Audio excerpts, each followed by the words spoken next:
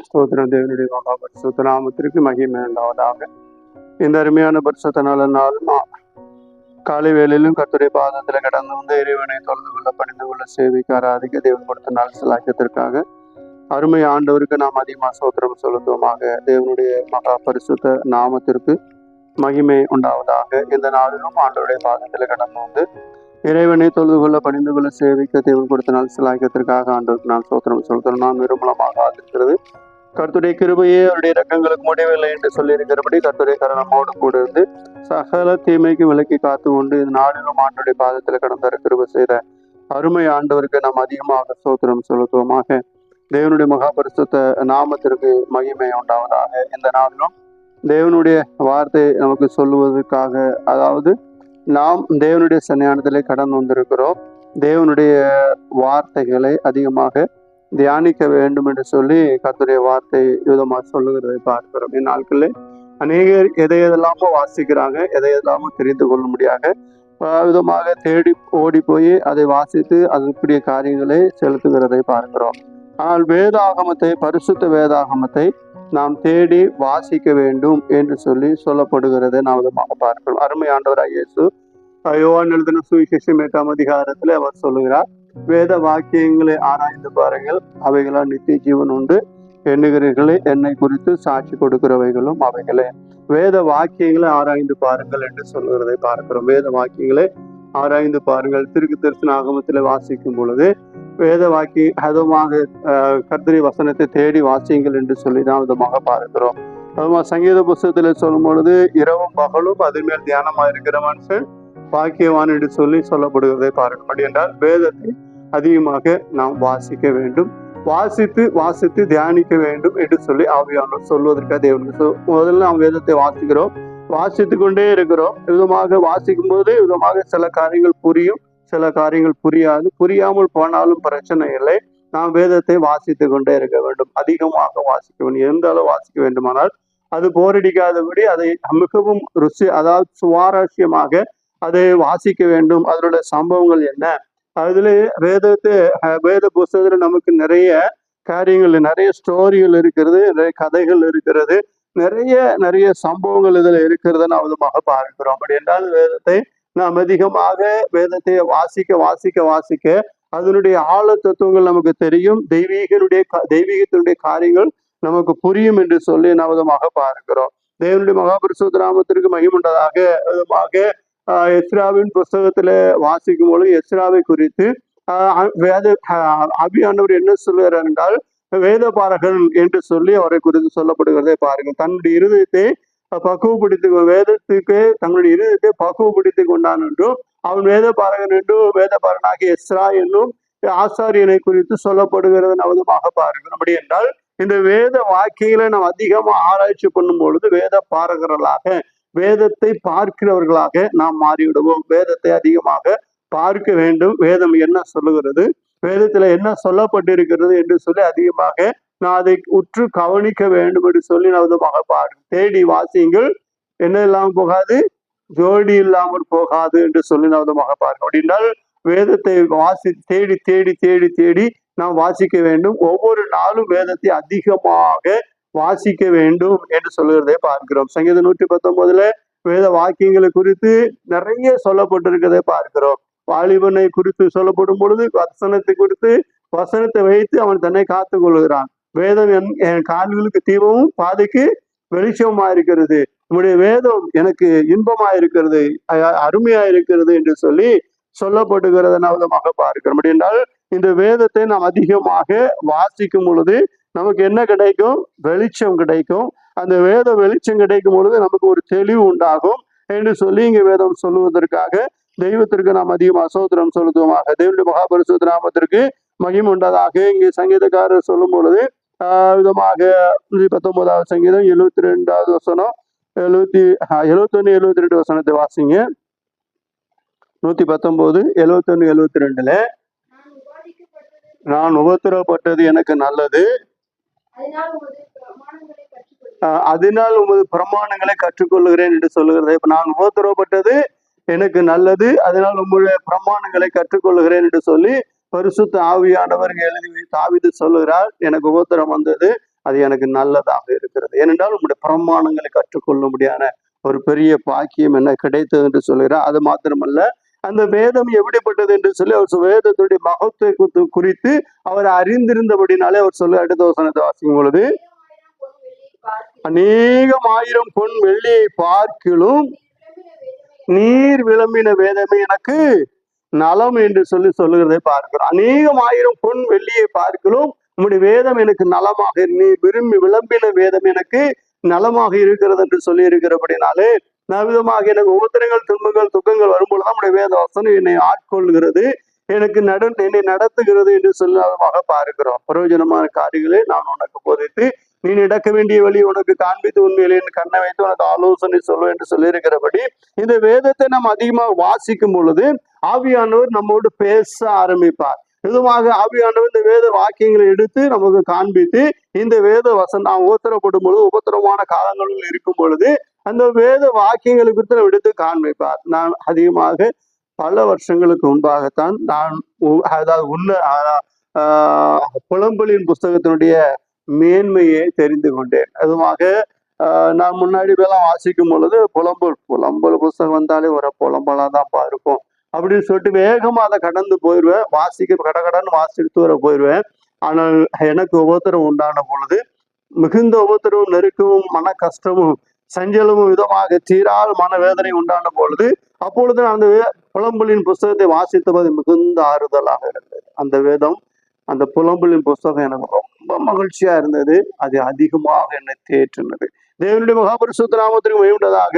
அப்படி என்றால் வேதம் நமக்கு ஆறுதலை கொடுக்கும், சமாதானத்தை கொடுக்கும், சந்தோஷத்தை கொடுக்கும், நலனை அதாவது சரீர நலனை கொடுக்கும், ஆவிக்குரிய ஜீவனை கொடுக்கும் என்று அநேகம் ஆயிரம் பொன் வெள்ளியை பார்க்கிலும் நீர் விளம்பின வேதமே எனக்கு நலம் என்று சொல்லியிருக்கு. அப்படி நலமான காரியங்களை நமக்கு கொடுக்கிறதாக இருக்கிறது என்று சொல்லி நவதமாக பாருக்கு. அதனால என்ன செய்யணும், சும்மா கடமைக்காக வேதத்தை வாசிக்கிறதெல்லாம் இருக்கக்கூடாது. ஒருவர் வேகமாக அதை அடிக்கடி விதமா சொல்லுது. அது ஆதி காலம் முதல் இந்த நாள் வரைக்கும் விதமா சொல்லுகிற ஒரு காரியம். அது நடந்த சம்பவம் கூட. வேகமா வருவது இன்னைக்கும் நிறைய பேர் அப்படி இருக்கிறாங்க. என்ன செய்யறா, இன்னைக்கு வேதம் வாசிக்கணும்னு சொல்லிட்டு டக்குன்னு வேதத்தை திறக்கிறது, ஒரு வசனத்துல கண்ணை மூடிட்டு கையை வைக்கிறது, அந்த வசனத்தை பார்த்தோன்னா அன்னைக்கு கர்த்தரி தான் என்னோட பேசினார் சொல்லிட்டு போகிறது. இப்படி நிறைய வேத வசனம் வாசிக்கிறவர்கள் இப்படிதான் டெய்லி ஒரு வசனத்தை அப்படி ஒருவர் விதமாக டக்குன்னு என்ன செஞ்சாரா, வேகமாக திறந்தாராம், வேதத்தை கையை கொண்டு வச்சு பார்த்தா அந்த வசனத்தை பார்த்தார். அதுல என்ன சொல்லியிருந்தா, யூதாஸ் நான்கு கொண்டு செத்தான் என்று சொல்லி அதுல எழுதி இருந்தது.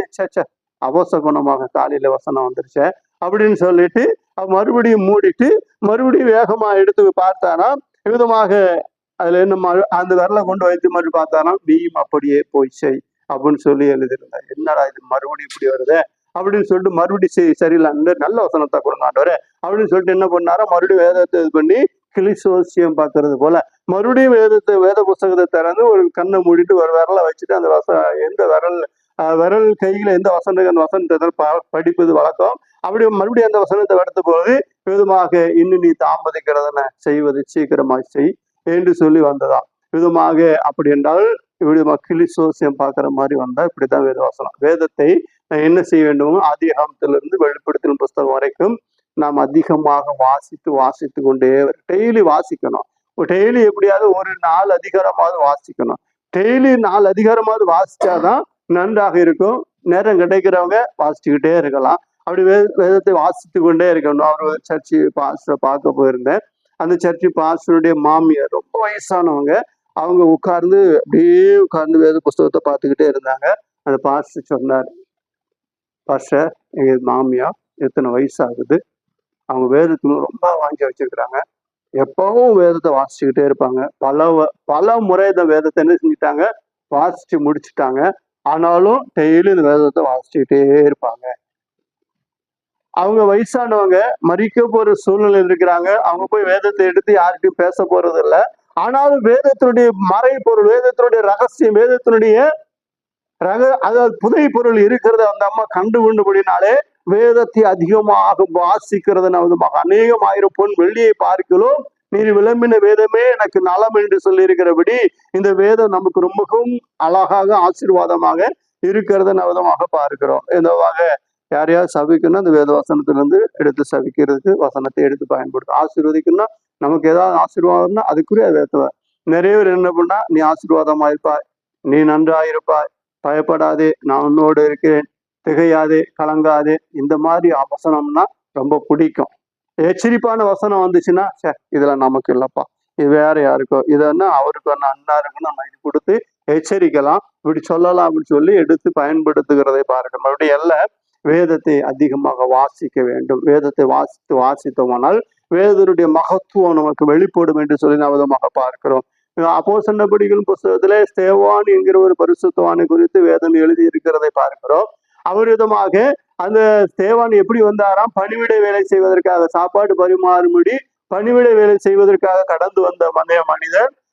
அவர் ஒரு நாள் என்ன செய்தார் என்றால், ஜனங்களோடு தர்க்கம் பண்ணினார் என்று சொல்லி நாம் விதமாக பார்க்கிறோம். எப்படி தர்க்கம் பண்ணினார் தெரியுமா? அவர் பண்ணின தர்க்கத்துல அநேக வேத பாரகர்கள் அவருடைய எதிர்த்து பேசினார்கள். அதுவும் வேத மூப்பர்கள் எதிர்த்து பேசின, பிரதான ஆசாரியர்கள் பேசினார்கள், வேத வல்லுநர்கள் பேசின. யாருமே அவர் என்ன செய்ய முடியல, மேற்கொள்ள முடியல. அவனை அவர்கள் மேற்கொள்ளாததை கண்டு அவன் மேல் பொய்யான குற்றச்சாட்டுகள் சாட்டினார்கள் என்று சொல்லி நாம் விதமாக வாசிக்கிறோம். 8ஆம் அதிகாரத்துல, அப்போஸ்தலர் புத்தகத்துல 8ஆம் அதிகாரத்துல வாசிக்கிறோம். அவர்கள் பொய்யான குற்றச்சாட்டுகள் சாட்டினார்கள்.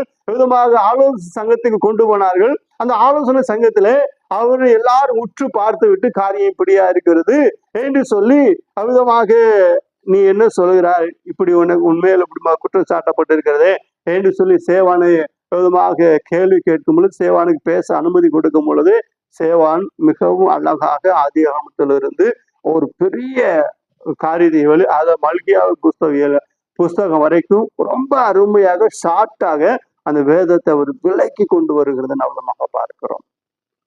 நம்முடைய முற்பிதாவாகி ஆதாமிலிருந்து, அபிரகாமிலிருந்து, தாவீதிலிருந்து எல்லாரும் தீர்க்கதரிசியினுடைய காரியங்களை குறித்து சொல்லி மல்கியா வரைக்கும் அவர் முடிக்கிறதை பார்க்கிறோம். அப்படி என்றால் ரொம்ப ஷார்ட்டாக வேதத்தை கோர்வையாக அழகா கொண்டு வருகிறார். அப்படி என்றால் அவர் எவ்வளவு அதிகமாக வேதத்தை வாசித்திருப்பார், எவ்வளவு அதிகமாக வேதத்தை வாசித்திருப்பார். ஆனால் அவரோடு கூட எதிர்த்து நிற்கிறவர் அவரை மேற்கொள்ள முடியவில்லை. காரணம், அந்த வேத வசனத்தை அவர்கள் அதிகமாக படித்தபடினா வேத வசனத்தை கொண்டு மேற்கொண்டு பேசினார் என்று சொல்லி பாருங்க. பிரியமானவர்களே, நாம் தேவ சன்னிதானத்துல கடந்து வந்திருக்கிறோம்.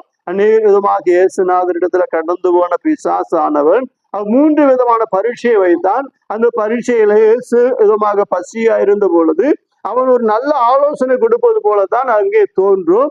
அதுமாக கல்லுகளை ஏன் பார்த்து கொண்டு இருக்கிறேன், நீ தேவனுடைய மனுஷன் தான், தேவனுடைய குமாரன் தானே, இந்த கல்லுகள் எல்லாம் அப்பமாகும்படி சொன்னா உடனே ஒரு வார்த்தை சொன்னா போதும் அப்பமாகிவிடும், அப்படி அப்பமாகி நீ சாப்பிடலாம் தானே அப்படின்னு சொல்லி அவன் கேட்கிறான். ஆண்டவர் நினைத்தால் பரலோகத்திலிருந்து தூதர்கள் கடந்து வந்து ஆகாரம் கொடுப்பார்கள். அவர் நினைத்தால் உடனே சாப்பாடு உருவாகும். அவ்வளவு அற்புதம் நடக்கும். ஆனால் அப்படிப்பட்டவர் அவர் அமைதியாக அங்க பரீட்சைக்காக காத்திருந்த பொழுது பிசாசு ஆனவன் கடந்து வந்து அவரோடு தர்க்கம் பண்ண முடியாத காரியங்களை பேசுகிறான். ஆண்டவர் வசனத்தை கொடுத்து பேசுகிறார். இது மனுஷன் 40 மாத்திரம் அல்ல, தேவனுடைய வாயிலிருந்து புறப்படுகிற ஒவ்வொரு வார்த்தையினாலும் பிழைப்பான் என்று எழுதியிருக்கிறது என்று ஆகமத்தின் புஸ்தகத்துல எழுதியிருக்கிற வசனத்தை மேற்கோள் காட்டி அவர் அங்கே பேசும் பொழுது பிசாசு ஆனவன் அந்த காரியத்தை விட்டு விட்டான். சரி சரி அப்படின்னு சொல்லி போய்விட்டார். பிற்பாடு அவரை கொண்டு போய் அதுமாக உலகத்தின் சகல ராஜ்யங்களுமே அதுமாக காரியத்தை காண்பித்து விட்டோன்னு சொல்லுகிறான். இந்த உலகத்துடைய எல்லா காரியமும் எனக்கு கொடுக்கப்பட்டு இருக்கிறது, அதெல்லாம் காண்பிக்கிறான். எல்லா காரியமும் எனக்கு கொடுக்கப்பட்டு இருக்கிறது. நீ ஏன் இதோ கஷ்டப்பட்டு சிலுவையில் அரைஞ்சி பாடு இல்லை அந்த இது பண்ண வேண்டும், நீ ஈஸி லகுவான காரியம், என்ன வணங்கினா போதும், அதாவது என்னை சாஷ்டாங்கமா விழுந்து பணிந்து கொண்டு இங்கே சொல்லப்பட்டிருக்குது. எபிரேயர் புஸ்தகத்துல என்னை வணங்கும், அதாவது தனி சாய்த்த போதும், என்னை வணங்கி இப்படி தலையை சாய்த்தார், நான் வணக்கம் செலுத்தினாலே போதும் நான் எல்லாம் தருவேன் அப்படின்னு சொல்லுதா. ஆனால் நாங்க தமிழ்ல மொழிபெயர்ப்புல என்ன சாஷ்டாங்கமா விழுந்து பணிந்து கொள்ள வேண்டும் என்று சொல்லப்பட்டிருக்கு. ஆனால் அங்கே ஆண்டவர் சொல்லுகிறார், உன் அப்பாலை இப்போ சாத்தான தேவனாய் கர்த்தர் ஒருவருக்கு ஆராதனை செய்வாயாக என்று எழுதியிருக்கிறது. 3வது முறை அவர் 2வது முறை அவர் வரும்பொழுது ஆலயத்தினுடைய தேவாலயத்தின் உப்பரிகளை கொண்டு இங்கே இருந்து நீ கால குதியும். சங்கீதம் 91:12 சொல்லி இருக்கிறபடி விதமாக பாதம் கல்லில் இடாதபடி தமது தூதர்களுக்கு கட்டளையிடுவார் என்று சொல்லி இருக்கிறதெல்லாம். அதனால நீ தாழ புதியும் தூதர்கள் வந்து காப்பாற்றுவார்கள் என்று சொல்லி உண்மை குறித்து எழுதியிருக்கிறதே என்று சொல்லி அவன் சொல்லுகிறான். அங்கே வேத வசனத்தை அவன் பயன்படுத்தினாலும் ஆண்டவர் சொன்ன தேவனாய் கர்த்தரை பரீட்சை பாராதிருப்பாயாக என்று சொல்லி ஆண்டவர் சொல்லுகிறதை பார்க்கிறோம். அப்படி என்றால் பிசாசுக்கு வசனம் தெரியும், அவனும் வசனத்தை பயன்படுத்துவான். பிரியமானவர்களே, நான் வசனத்தை பயன்படுத்தும் பொழுது பிசாசானவன் அவனும் வசனத்தை பயன்படுது. கள்ள போதவர்கள் நிறைய, பிசாசின் ஊழியக்காரர்கள் நிறைய பேருக்கு என்ன செய்யும், வசனம் நல்லாவே தெரியும். வசனத்தை பயன்படுத்த வசனம் சொல்வார்கள், ஆனால் அவருடைய வாழ்க்கை பிசாசாக இருக்கிறதை பார்க்கிறோம். பிரியமான தேவனுடைய பிள்ளைகளே, நாம் தேவ சரியானதுல கடந்து வந்திருக்கிறோம். இந்த வேத வாக்கியம் நமக்கு என்ன செய்யும் என்றால், நம்முடைய வாழ்க்கையை சுத்திகரிக்க, நம்முடைய வாழ்க்கை தராதரத்தை மாற்றும் என்று சொல்லி பார்க்கிறோம். வேதத்தை என் இருதயத்திலே வைத்து வைத்தேன் என்று சொல்லி சங்கீதக்காரர் சொல்லுகிறார். அதனால வேதத்தை படித்து நாம் என்ன செய்ய வேண்டுமா, இருதயத்தில வைத்து வைக்க வேண்டும், பதித்து வைக்க வேண்டும். அதிகமா வேதத்தை ஆராய்ச்சி பண்ண வேண்டும். டெய்லி வேதம் வாசிக்கணும். வாசிச்சுக்கிட்டே இருக்கு, நேரம் இல்லைங்க. வேதம் வாசிச்சிங்களா அப்படின்னா, இங்க நேரம் இல்லை, வேலைக்கு போறேன்னா அங்க போயிட்டு இங்க வந்து எங்க ஏதாவது கொண்டாட்டி ஒன்று சொல்றா, பிள்ளை ஒன்று சொல்றா, அங்க அந்த நண்பர்கள் சொன்னாங்க, அதை செஞ்சாங்க, அங்க போனா அதை பார்த்தேன், கொஞ்ச நேரம் செல்ல பார்த்தேன், ஜெபம் பண்ண கூட முடியல, டயர்டா ஆச்சு, தூங்கிட்டேன். எல்லாம் பண்றதுக்கெல்லாம் நேரம் இருக்குது. வேதம் வாசிக்கிறதுக்கும் ஜெபம் பண்றதுக்கும் என்ன இல்லை, நேரம் இல்லை. நேரத்தை ஒதுக்க வேண்டும், வேதத்தை நேசிக்க வேண்டும். வேதத்தை அதிகமாக வாசித்து வாசித்து வாசித்து அது நாம் நம்முடைய இருதயமாகி பொக்கிஷத்துக்குள்ள என்ன செய்யணும், வைத்துக் கொள்ள வேண்டும் என்று சொல்லி சொல்லுகிறதை பார்க்க. நம்முடைய ஆண்டவராகிய இயேசு சொல்லும் பொழுது, நல்ல இருதயமாக பொக்கிஷம், நல்ல இருதய பொக்கிஷமானது இருதயத்திலிருந்து நல்லவைகளை எடுத்து காட்டுகிறேன்னு சொல்லி இருக்கிற. அப்படின்னாலே நம்முடைய இருதயத்திலே வேதம் என்கிற பொக்கிஷத்தை நாம் வைக்க வேண்டும். அப்படி என்றால் நல்ல காரியங்களை அநேகர் எடுத்து காண்பிப்போம் என்று சொல்லி வேதம் சொல்லுகிறதை பார்க்கிறோம். அதனால வேதத்தை அதிகமாக வாசித்து கொண்டு, புரியுதோ புரியலையோ வாசிக்க வேண்டும். இது நாளாகமம் புஸ்தகத்தெல்லாம் வரும்போது என்ன செய்யும், ஒரே போர் அடிக்குது, பேரா வருது, அருன்னு அறுக்குது. பரவாயில்ல, அறுத்தாலும் பரவாயில்ல, வெட்டுனாலும் பரவாயில்ல, குத்துனாலும் பரவாயில்ல, குடைஞ்சாலும் பரவாயில்ல, அந்த பேரெல்லாம் வாசிக்கணும். புரியுதோ புரியல வாசிச்சுட்டு கடந்து போகணும். ஒரு முறைக்கு பல முறை அந்த பேரெல்லாம் வாசிச்சுட்டா அப்புறம் ஈஸியா புரியும். இன்ன பேரு, இன்ன நாடோட பேரு அப்படின்னு சொல்லி புரியும். அது மாத்திரமல்ல, வேதத்துல நிறைய ரகசியங்கள் இருக்குது சில இடத்துல. ஆனாலும் இப்படியாக அது அப்படியே இப்படி சில காரியங்கள் கொடுக்கப்பட்டிருக்கும். அதனுடைய ரகசியம் என்ன என்பதை குறித்து நாம் ஆராய வேண்டுமானால் வேதத்தை அதிகமாக வாசிக்க வேண்டும். சேலா என்று கொடுக்கப்பட்டிருக்கும். அப்படி என்றால் நின்று கவனி, அதாவது சொல்லப்பட்ட இடத்துல, சேலா என்று சொல்லப்பட்ட இடத்துல அந்த வசனத்தை திரும்ப வாசி நின்று கவனி, என்ன சொல்லுகிறது என்று கவனி என்று சொல்லிதான் சேலா என்று கொடுக்கப்பட்டிருக்கிறதை பார்க்கிறோம். அப்படின்னா வேதத்தை நம்ம அதிகமாக வாசிக்கணும். திரும்ப திரும்ப திரும்ப திரும்ப திரும்ப வாசிக்கணும், வாசித்து கொண்டே இருக்கணும். சில நேரங்கள்ல நான் படிக்கும் பொழுது 4 வசனம், 4 அதிகாரம், 5 அதிகாரம், 10 அதிகாரம் நான் சொல்லி வாசிக்கலாம். ஆனால் சில நேரங்களில் ஒரு அதிகாரத்துக்கு மேல தாண்ட முடியாது. சில நேரங்கள்ல ஒரு வசனத்தை தாண்டி அந்த வசனத்துல ஆராய்ச்சி பண்ணிட்டு அப்படி ஒரு நிலை கொடுக்கும். அது எப்பொழுது தெரியுமா, வேதத்தை அதிகமாக நேசித்து வாசிக்கும் பொழுதுதான் இவ்விதமான காரியங்கள் தெரியும் என்று சொல்லி நாம் விதமாக பார்க்கிறோம். அதனால இந்த வேதத்தை நம்ம அதிகமாக நேசிக்க வேண்டும், வாசிக்க வேண்டும் என்று சொல்லி பரிசுத்த ஆவியானவர் இங்கே சொல்லுவதற்காக தேவனுக்கு நம்ம அதிகமாக சொல்ற வேத வாக்கியங்கள்லாம் யாரால் எழுதப்பட்டிருக்கிறது, தேவ ஆவியினால் எழுதப்பட்டிருக்கிறது என்று சொல்லி எபிரேயர் புஸ்தகத்துல எழுதப்பட்டிருக்கிறதை பார்க்கிறோம். வேத வாக்கியங்களும் தேவ ஆவியினால் எழுதப்பட்டு தேவனுடைய மனுஷன் தேறியனாக எந்த நற்கிரியை செய்யும் தகுதி உள்ளவனாகும்படிக்கு அவைகள் எழுதி கொடுக்கப்பட்டிருக்கிறது என்று சொல்லி பாருங்க. வேத வாக்கியம் என்ன செய்யுமா, அது ஊனையும் ஆத்துமா ஆவியும் ஊனையும் உருவ குத்துகிறதாயும் இருக்கிறது என்று சொல்லி விதமாக பார்க்கிறோம். அது உள்ளே கடந்து சென்று என்ன செய்யறது, ஆவியின் காரியங்களே வகையறுக்கிறதாக இருக்கிறது என்று சொல்லி சொல்லுகிறதை பார்க்க. அப்படி என்றால் நம்மை சீர்படுத்தவும், நம்மை சீர்தூக்கவும், பரிசுத்தப்படுத்தவும், நம்மை சரிப்படுத்தி பரிசுத்தப்படுத்தி கழுவி சுத்திகரித்து பரலோகத்துக்கு கொண்டு போவதற்கு இந்த கர்த்தருடைய வேதம் தான் நமக்கு முக்கியமாக இருக்கிறது. அப்படி என்றால் இந்த வேதத்தை அதிகமாக வாசிக்க, வேதத்தை ஒரு மனிதன் எந்த அளவு வாசிக்கிறானோ அந்த அளவு அவனுடைய ஆவிக்குரிய ஜீவியத்தில் அவனுடைய உள்ளங்கள் புதுமை அடைந்தோ, அவனுடைய ஆவிக்குரிய ஜீவியத்தினுடைய பெரிய மாற்றங்கள் உருவாகும், அவனுடைய வாழ்க்கை ஆசீர்வாதமாக இருக்கும் என்று சொல்லி விதமாக பார்க்கிறோம். வேத புஸ்தகத்தை வாங்கி அதுமா ஜீப்பு போட்டு வேதத்தை பத்திரமா வச்சிருக்கிற வேத புஸ்தகம் பழமே ஆகாம ஒரு சிறிய அழுக்கு கூட படாம அழகா புதுசா அப்படி தொடச்சு வச்சிருப்போமானால் அவனுடைய உள்ளமும் அழுக்காகத்தான் இருக்கும். வேத வசனம் விதமா வேத புஸ்தகம் அது படிச்சு திரும்ப திரும்ப திரும்ப படிச்சு வேத புஸ்தகம் அழுக்கா இருந்துச்சுனால் இவனுடைய உள்ளம் புதுமையா இருக்கும் என்று சொல்லி நாம் விதமாக பார்க்கிறோம். தேவனுடைய மகாபரிசுத்த நாமத்திற்கு மேம்பட்டதாக. அதனால் வேதத்தை அதிகமா வாசிக்கிறவர்களுடைய வாழ்க்கை தராதரம் மாறும் என்று சொல்லி நாதமாக பார்க்கிறோம். அதனால் பிரியமான கர்த்தருடைய பிள்ளைகளை, வேதத்தை வாசிக்கிறவர்களுக்கு தான் ஞானம் வரும். வேதத்தை வாசிக்கிறவர்கள் புத்தி இருக்கும். வேதத்தை வாசிக்கிறவர்கள் நிதானம், அறிவு என்கிற காரியங்கள் உண்டு. அவருக்குள் ஞானம், அறிவு என்கிற பொக்கிஷம் அடங்கி இருக்கிறது என்று சொல்லியிருக்கிறபடி, கொலோசியர்ல சொல்லியிருக்கிறபடி விதமான ஞானம், அறிவு எல்லாம் அவருக்குள்ள இருக்கிறது, இயேசுக்குள்ள இருக்கிறது. அதை நாம் எடுத்து பயன்படுத்த முடியும் என்று சொல்லி பரிசுத்த ஆவியானவர் இங்கு சொல்லுவதற்காக தேவனுக்கு நாம் அதிகமா ஸ்தோத்திரம் செலுத்துவோமாக.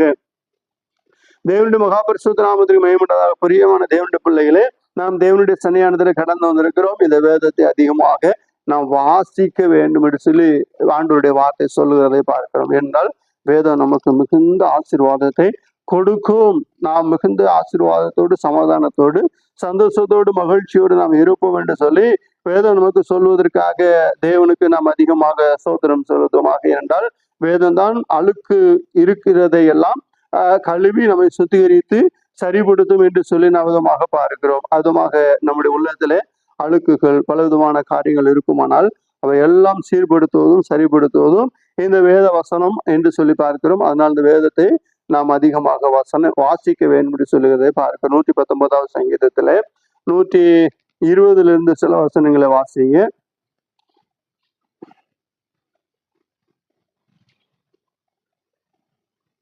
பயப்படும் பயத்தால் என் உடம்பு சிலிர்க்கிறது. 129. உம்முடைய சாட்சிகள் அதிசயமானவைகள், ஆகையால் என் ஆத்துமா அவைகளை கைக்கொள்ளும். உம்முடைய சாட்சிகள் அதிசயமானவைகள், ஆகையால் என் ஆத்துமாவைகளை கைக்கொள்ளும்.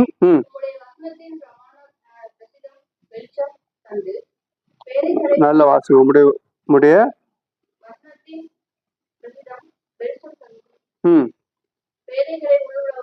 உம்முடைய வசனத்தின் பிரசித்தம் என்று சொல்லி விதமாக பார். வெளிச்சம் தந்து பேதைகளை உணர்வுள்ளவர்களாக்கும். பேதையாயிருந்தாலும் என்ன செய்யும்? அவர்களுக்கு உணர்வு உண்டாக்கி ஞானத்தை கொடுக்கும் இந்த வசனம் என்று சொல்லி பார்க்க. வாசிங்க. உம்முடைய கற்பனைகளை நான் வாஞ்சிக்கிறபடியால் அவைகளுக்கு ஏங்குகிறது. உம்முடைய வசனம், அதாவது உம்முடைய கற்பனைகளை நான் வாஞ்சிக்கிறபடியால் என் வாய் ஆவென்று திறந்து அவைகளுக்கு ஏங்குகிறேன் என்று சொல்கிறதை பார்க்கிறோம். வசனத்தை எப்படா கிடைக்கும்? மரத்துல பழம் பழுத்து கிடக்குது, எப்படா கீழே விழுவுன்னு பார்த்துக்கிட்டு இருக்கிறது. உட்கார்ந்து பார்த்துக்கிட்டு இருப்பாங்க சிலர். அப்படி பார்த்துக்கிட்டு இருக்கிறது போல ஆண்டுடைய வார்த்தை கிடைத்த பொழுது அவைகளுக்காக ஏங்கி காத்திருந்து ஆண்டுடைய வார்த்தைக்காக அதிகமாக காத்திருக்கிறதை பார்க்கிறோம். எரேமியா சொல்லும் பொழுது உங்களுடைய வார்த்தை கிடைத்த உடனே அவைகளை என்ன சொன்னேன்? உட்கொண்டேன் என்று சொல்லி அவர் சொல்லுகிறதை பார்க்கிறோம். தேவனுடைய மகாபரிசுத்த நாமத்திற்கு மகிமையுண்டதாக. தொடர்ந்து வாசனை 23.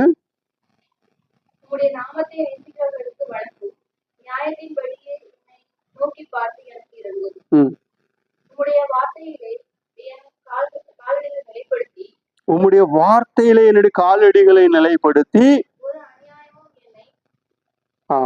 ஒரு அநியாயமே ஆள விட்டாதே. அப்படி என்றால் பாவம் இல்லாமல் பரிசுத்தமாக வாழ்வதற்கு உம்முடைய வார்த்தையின்படி நான் நடக்கும் பொழுது என்ன செய்யும்? என்னை பரிசுத்தவானாக, பரிசுத்தவாட்டியாக மாற்றும் என்று சொல்லுகிறதை பார்க்கிறோம். அது என்னால் இந்த வேதத்தை என்ன செய்யணுமா? அதிகமாக வாசிக்க வேண்டும். உம்முடைய வேதத்தை கர்த்தருடைய தயவால் என் வாசிங்க. உம்முடைய வேதத்தை கடைசி வசனம் 36. உம்முடைய வேதத்தை மனுஷர் காத்து நடவாதபடியால் என்ன செய்யுதான்? ஏன் கண்கள் நீர்த்தாலே வழிகிறதுன்னா, வேதத்தை காத்து வேதத்தின்படி தங்களை காத்து கொள்ளாதபடி இருக்கிற. அப்படின்னால நீர்த்தாரைகள் என்ன உட்கார்ந்த உடனே என்ன ஆகும்? அழுகையா வரும். ஜபத்துல உட்கார்ந்துருக்குன்னு உடனே அழுகையா வரும். பல விதமான எண்ணங்கள், நம்ம செஞ்ச தப்புகள் எல்லா மனசுல முன்னாடி வந்து, ஐயோ நான் இப்படி பண்ணிட்டேனே, எனக்கு இப்படி ஆயிடுச்சே, ஐயோ இப்படி ஆயிடுச்சே. நீர்த்தாரைகள் ஓடிக்கொண்டே இருக்கும். அந்த வசனத்தை நாம் காத்துக்கொண்டு அந்த வசனத்தின்படி நான் ஜீவிப்போமானால் மிகுந்த மகிழ்ச்சி உண்டாகும் என்று சொல்லி பரிசுத்த வேதம் நமக்கு சொல்லுவதற்காக தெய்வத்திற்கு நாம் அதிகமாக சோத்திரம் சொல்லுவோமாக. தேவனுடைய மகா பரிசுத்த நாமத்திற்கு மகிமை உண்டாதாக. ஏதாவது உமக்கு பயப்படும் பயத்தால் என் உடம்பு சிலிர்க்கிறது, உமது நியாய தீர்ப்புக்கு பயப்படுகிறேன் என்று சொல்லியிருக்கிறபடி விதமாக ஆண்டுடைய வசனத்தை நாம் கை கொண்டு நடக்கும்போது தான் ஆண்டவருக்கு பயப்படும் பயம் கிடைக்கும். பிரசங்கில வாசிக்கிறோம், கர்த்தருக்கு பயப்படுதலே ஞானத்தின் ஆரம்பம் என்று சொல்லிப்பாங்க. அப்போ கர்த்தருக்கு பயப்படுதலாம் ஞானத்தின் ஆரம்பம். அப்போ கர்த்தருக்கு பயப்படுகிற காரியம் எங்க இருக்குதுன்னா, வேதத்தை அதிகமா வாசிக்கணும். வேதத்தை வாசித்து கொண்டே இருக்கும், புரியுதோ புரியலையோ அதிகமாக வாசிக்க வேண்டும் என்று சொல்லி விதமாக பார்க்கிறோம். இங்கே சங்கீதக்காரர் சொல்லும்போது, அதாவது 85வது வசனத்தை வாசிக்கும் பொழுது, வேதத்துக்கு விரோதமாய் அகங்காரிகள் குழிகளை வெட்டினார்கள்.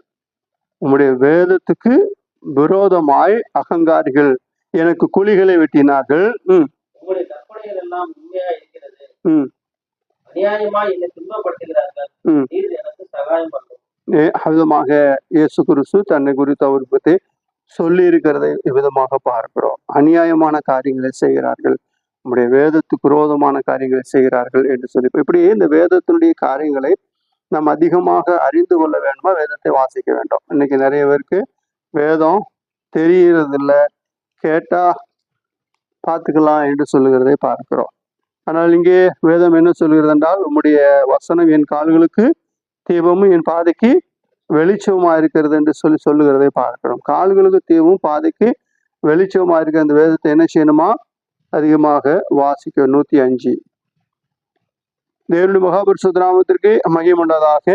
அது வேதம் நமக்கு கால்களுக்கு தீபம் பாதைக்கு வெளிச்சமா இருக்கிறது, நமக்கு நல்ல ஒரு காரியத்தை பாதையை காண்பிக்கிறது.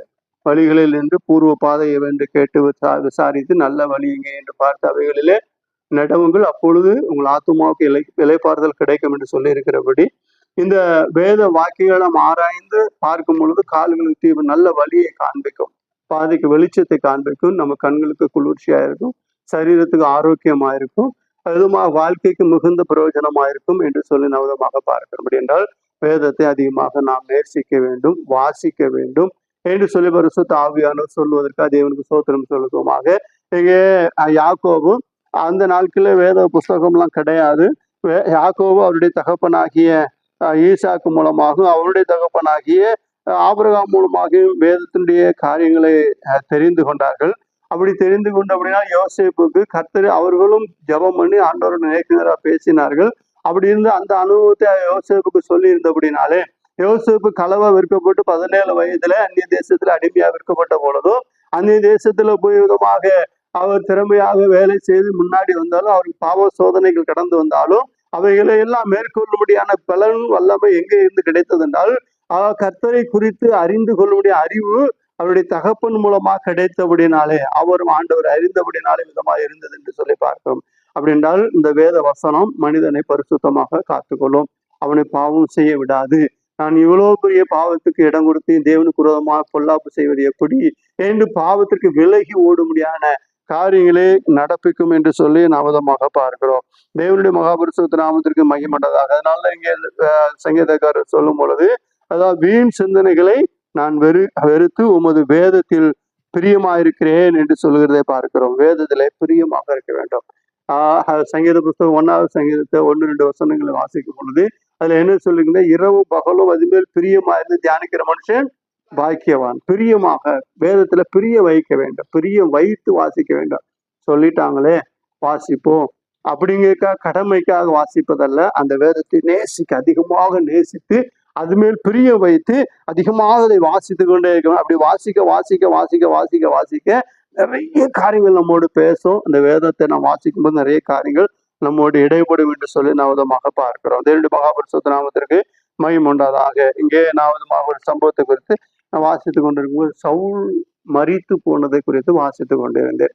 அப்படி வாசித்து கொண்டு 1 ராஜாக்கள் புஸ்தகம் கடைசி அதிகாரங்களில் அது சொல்லப்பட்டிருக்கிறது. சவுல் எப்படி மரித்தான், அவன் விதமாக கில்போவா மலையில வெட்டுண்டு விழுந்தான் என்று அவன் பிள்ளைகளும் வெட்டுண்டு விழுந்தார்கள் என்று சொல்லி நாம் விதமாக வாசிக்கிறோம். ஆனால் சவுல் எப்படி மரித்தார் என்று சொல்லி நாம் பார்க்கும் பொழுது, சவுல் மரித்தது மிகவும், அதாவது ரொம்ப மோசமான ஒரு நிலைக்குள்ளாக காணப்பட்டது. 1 சாமுவேல் கடைசி அதிகாரத்திலே நான் வாசிக்கும் பொழுது அவருடைய மரணத்தை குறித்து இங்கே விதமாக சொல்லப்படுகிறதை நாம் பார்க்கிறோம். அவர் மரித்தது மிகவும் மோசமான ஒரு நிலையில அவர் மரித்தார் என்று சொல்லி நாம் விதமாக பார்க்கிறோம். தேவனுடைய மகாபரிசுத்த நாமத்திற்கு மகிமையுண்டதாக. அப்படியே விதமாக அவர்கள் பலசாலிகள் எல்லாரும் சவுலும் சவுல் விதமாக ஈட்டினால் செஞ்சு விட்டாரு, குத்தி தன்னையே குத்தி கொலை செய்து செத்து போயிட்டார். அப்படி சாகும் பொழுது அவனுடைய ஆயுதத்தாரியும் அவனோடு கூட செத்தான் என்று சொல்லி நாம் விதமாக வாசிக்கிறோம்.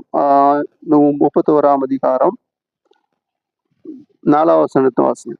ஆயுதத்தாரியை நோக்கி, அந்த நிறுத்த சேதனம் இல்லாதவர்கள் வந்து என்னை குத்தி போட்டு என்னை அவமானப்படுத்தாதபடிக்கு நீ உன் பட்டயத்தை உருவி என்னை குத்தி போடும் என்றான். அவனுடைய ஆயுததாரி மிகவும் பயப்பட்டதினால் அப்படி செய்ய மாட்டேன் என்றான்.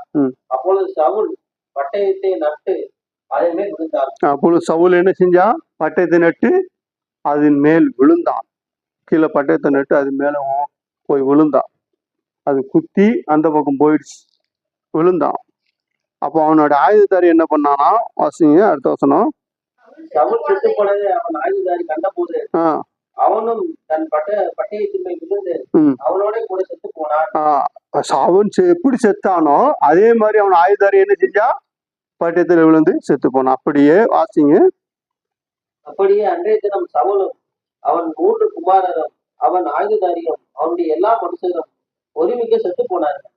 இங்க என்ன சொல்ல? அப்படியே ஒரு வார்த்தை இருக்குது. அப்ப எல்லாருமே என்ன செஞ்சாங்க? இல்ல, அப்படிதான் செத்துருக்கிறாங்க. அப்படியே ஒரு வார்த்தைங்க. ஏதோ வேதத்துல நிறைய ரகசியங்கள்லாம் இருக்குது. அப்படியே அவருடைய ஆயுததாரிகள், குமாரர்கள் எல்லாருமே. அப்போ இவங்கெல்லாம் வெட்டுண்டு விழுந்தாங்களா? இல்ல, இவங்களை யாரும் பண்ண முடியாது, பராக்கிரமசாலிகள். ஆனா நெருக்கி வரும்பொழுது அவங்களுக்கு என்ன செய்யணும்னு தெரியாமல் செத்துதான், தற்கொலை தான் பண்ணியிருக்கிறாங்க. அப்படியே அவர்களெல்லாம் செத்து போனார்கள். வேதம் சொல்லுது, அப்படியே அன்றைய தினம் சவுலும் அவன் 3 குமாரரும் அவன் ஆயுததாரியும் அவனுடைய எல்லா மனுஷரும் ஒருமிக்க செத்து போனார்கள் என்று சொல்லிப்பான். மற்றெல்லாம் முறிந்து ஓடி போனார்கள், பெலிஸ்தர் நெருக்கி கொண்டிருக்கிறார்கள். அப்படியே ஒருமிக்க விழுந்து செத்து போனார் என்று சொல்லி பார்க்கிறோம். அடுத்த அதிகாரங்கள் அடுத்து 2 சாமுவேல்ல பார்க்கும் பொழுது அவன் உயிர் போகாமல் கிடக்கும் பொழுது அமலேக்கு ஒரு வாலிபன் வந்து அவனை குத்தி கொண்டு போட்டதாக பார்க்கிறோம். தேவனுடைய மகாபரிசுத்த நாம் எந்த அமலேக்கியர்களை வெறுத்தானோ அந்த அமலேக்கியர் மூலமாக இவனுக்கு எந்த அமலேக்கியரை முற்றிலும் அழித்து ஒழிக்க வேண்டும் என்று சொல்லி கர்த்தர் சொல்லியிருந்தாரோ அந்த அமலேக்கியரை காப்பாற்றினபடினாலே அந்த அமலேக்கியனுடைய கையினாலே சவுல் செத்து போனதை பார்க்கிறோம். தேவனுடைய மகாபரிசுத்த நாமத்திற்கு மேம்பட்டதாக இந்த ரகசியம் எல்லாம் எப்படி தெரியும்னா வேதத்தை நம்ம அதிகமா வாசிக்கும் பொழுது தெரியும். இது இப்படி நிறைய காரியங்கள் இருக்கிறதை பார்க்கிறோம். இதை நாம் வேதத்தை வாசிக்க வாசிக்க வாசிக்க வாசிக்கத்தான் அதனுடைய ரகசியம் நமக்கு தெரியும் என்று சொல்லி பார்க்கிறோம். ஆண்டவராக இயேசு சொல்கிறார், வேத வாக்கியங்களை என்ன செய்யணுமா? ஆராய்ந்து பாருங்கள். வேத வாக்கியங்கள் என்ன செய்யணுமா? ஆராய்ந்து பார்க்கணும். வேதத்தில் ஆராய்ந்து பாருங்கள். அவைகளை நித்திய ஜீவன் உண்டு எண்ணுகிறீங்களே. வேத வாக்கியத்தை நீங்க ஆராய்ச்சி பார்க்கறதுனால அந்த வேத வாக்கியம் என்ன கொடுக்குது? நித்திய ஜீவன் கொடுக்குன்னு சொல்றீங்களா? அந்த நித்திய ஜீவன் கொடுக்க எண்ணுகிறீங்களே, என்னை குறித்து சாட்சி கொடுக்க அந்த வேதம். அந்த நித்திய ஜீவனை கொடுக்கறது போல என்னை குறித்து சாட்சி கொடுக்கறதோ அந்த வேதம் தான் என்று ஆண்டவர் சொல்லுகிறார். அப்படின்றால் இயேசுவை குறித்து சாட்சி கொடுக்கிற, நம்முடைய அருமை ஆண்டவரை குறித்து சாட்சி கொடுக்கிற இந்த வேதத்தை அதிகமாக நாம் வாசிக்க வேண்டும். அது எப்படி வாசிக்க வேண்டுமா? மிகுந்த பிரியத்தோடு, பாசத்தோடு, அன்போடு அதை வாசிக்க வேண்டும், நேசிக்க வேண்டும் என்று சொல்லி ஆண்டவர் சொல்லுவதை பார்க்கிறோம். இதுவா நாம் எதையெல்லாமோ நேசிக்கிறோம், எதையெல்லாமோ வாசிக்கிறோம். ஆனால் வேதத்தை அநேகர் வாசிக்கிறது இல்லை என்று சொல்லி பார்க்கிறோம். பிரியமானவர்களே, ஒரு நாளைக்கு ஒரு 3 அதிகாரமாவது என்ன செய்யணும்? வாசிக்கிறவங்க வாசிச்சிடணும். வாசிச்சுட்டு அதனுடைய காரியங்களை தியானிச்சுக்கிட்டே இருக்கணும். அந்த வேத வசனத்தை ஒரு வசனத்தை மனப்பாடம் பண்ணணும்னா ஒரு பேப்பர்ல எழுதி வச்சுக்கிட்டு அது அந்த நாள் முழுதும் சொன்னோம்னா அந்த வேத வசனத்தை திரும்ப திரும்ப படிச்சு மனப்பாடம் பண்ணிட்டோம்னா அந்த நாள் முழுதும் அது என்ன செய்யணும்னா நம்ம ராத்திரில தூங்கிட்டு இருக்கும் கூட அந்த வசனம் நம்மோட பேசிக்கிட்டே இருக்கும்.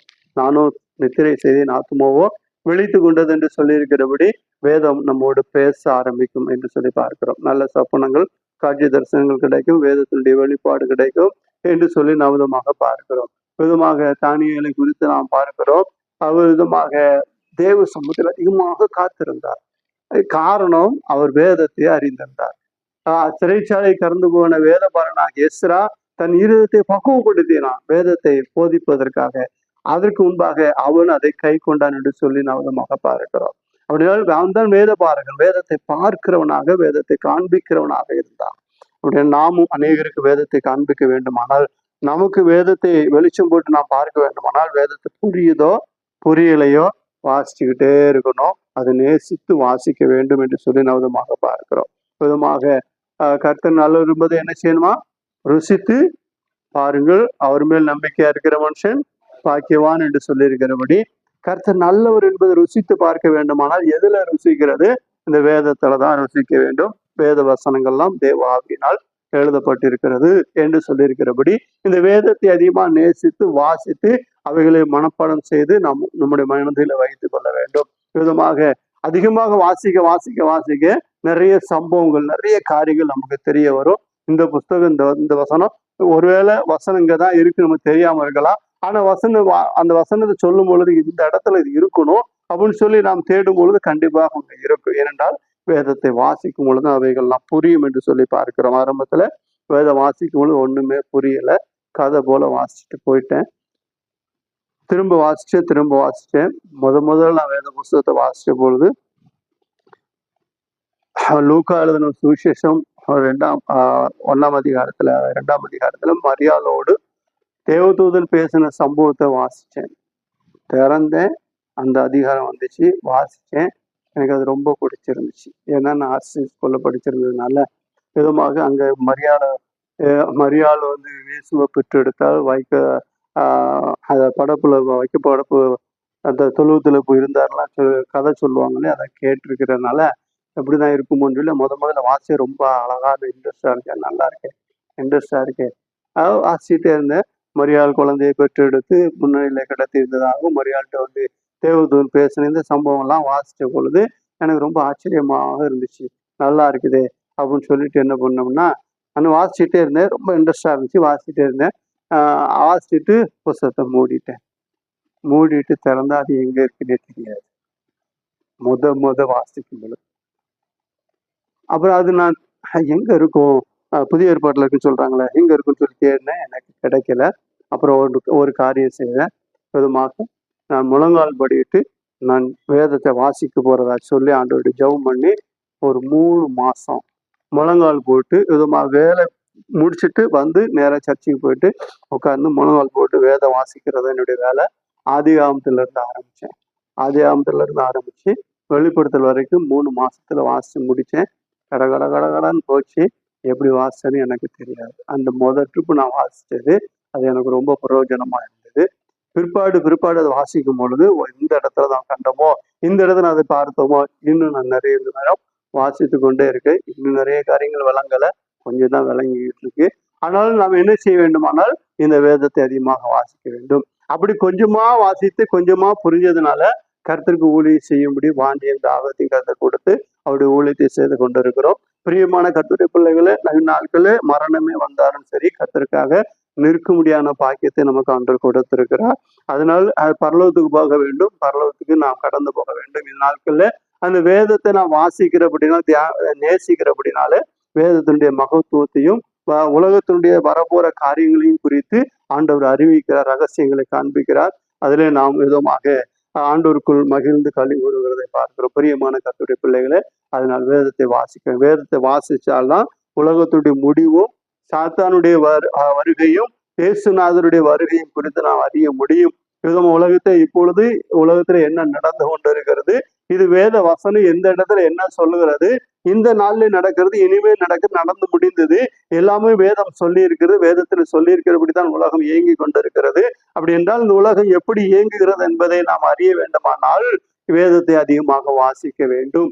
இந்நாட்களில் ஒரு வெளிநாட்டில் உள்ள ஒரு செய்தியை கேட்கிறோம், இஸ்ரேலில் ஒரு செய்தியை கேட்கிறோம், மற்ற நாடுகள்ல பல விதமான செய்தியை கேட்கிறோம். உடனே செய்தியை கேட்டோன்னு என்ன சொல்றோம், இந்த வசனம் இப்படி சொல்லியிருக்கல்லவா, அதனால இப்படி நடக்குது. அப்படி என்றால் வேதத்தை வாசித்தால் தான் அதனுடைய காரியங்கள் புரியும் என்று சொல்லி நாம் விதமாக பார்க்கிறோம். வேதத்தை வாசிக்கிறவர்களுக்கு மிகுந்த மகிழ்ச்சியும் சந்தோஷமும் உண்டாகும் என்று சொல்லி பரிசுத்த ஆவியானவர் சொல்வதனால் பிரியமான கர்த்தருடைய பிள்ளைகளை வேதத்தை வாசிக்கும், தேவனுடைய ஆசீர்வாதம் கிருபைகளை பெற்றுக்கொள்வோம். கர்த்ததாமே இந்த வார்த்தைகளை ஆசீர்வதிப்பாராக. மறுபடியும் கர்த்தரை சோதரிப்பு கேட்ட வார்த்தையின் மனதில் ஒருவர் ஜெபிக்கலாம். அவர் முழங்கால் படிட்டு அந்த சோதரம்